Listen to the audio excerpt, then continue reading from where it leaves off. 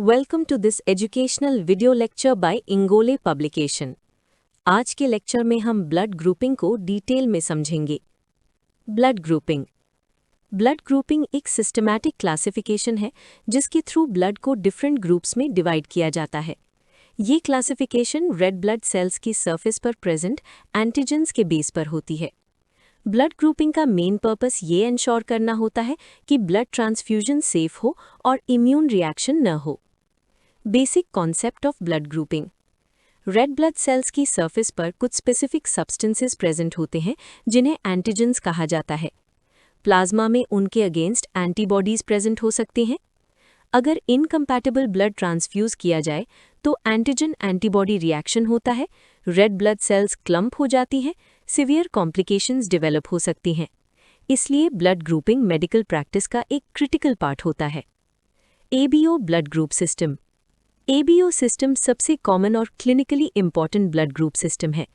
इस सिस्टम में ब्लड को 4 मेजर ग्रुप्स में डिवाइड किया जाता है: group A, group B, group AB, group O।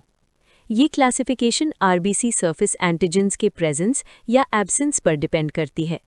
Group A blood में आरबीसी सरफेस पर ए एंटीजन प्रेजेंट होता है, प्लाज्मा में एंटी-बी एंटीबॉडी प्रेजेंट होती है।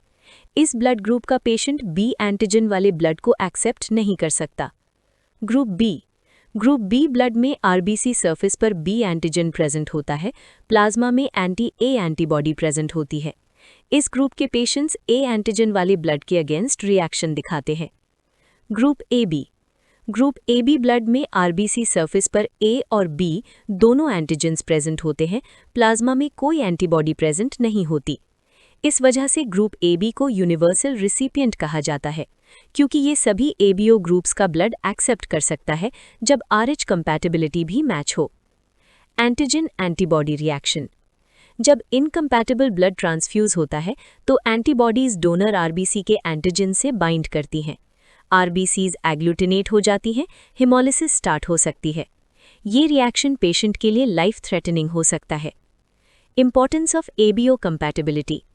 एबीओ कंपैटिबिलिटी इंश्योर करती है कि ट्रांसफ्यूज्ड ब्लड बॉडी में सर्वाइव करे, इम्यून रिएक्शन ना हो, ऑक्सीजन डिलीवरी नॉर्मल रहे। इसलिए हर ट्रांसफ्यूजन से पहले ब्लड ग्रुपिंग और क्रॉस मैचिंग मैंडेटरी होता है। Blood grouping inheritance. ABO blood groups genetically inherit होते हैं। पेरेंट्स के जीन्स के कॉम्बिनेशन से चाइल्ड का ब्लड ग्रुप डिसाइड होता है। इसी प्रिंसिपल का यूज जेनेटिक काउंसलिंग और मेडिको लीगल केसेस में किया जाता है। Clinical significance of blood grouping. Blood grouping का यूज सिर्फ ट्रांसफ्यूजन तक लिमिटेड नहीं होता। इसका यूज होता है इमरजेंसी ट्रांसफ्यूजन सिचुएशंस में, ऑर्गन ट्रांसप्लांटेशन में, प्रेगनेंसी मैनेजमेंट में, फोरेंसिक इन्वेस्टिगेशंस में। हर हॉस्पिटल और ब्लड बैंक में ब्लड ग्रुपिंग रूटीन प्रोसीजर होता है। Professional importance. ब्लड ग्रुपिंग की अंडरस्टैंडिंग से ट्रांसफ्यूजन रिएक्शंस प्रिवेंट की जा सकती हैं, इमरजेंसी मैनेजमेंट फास्ट और सेफ होता है, इम्यूनोलॉजिकल कॉन्सेप्ट्स क्लियरली समझे जा सकते हैं।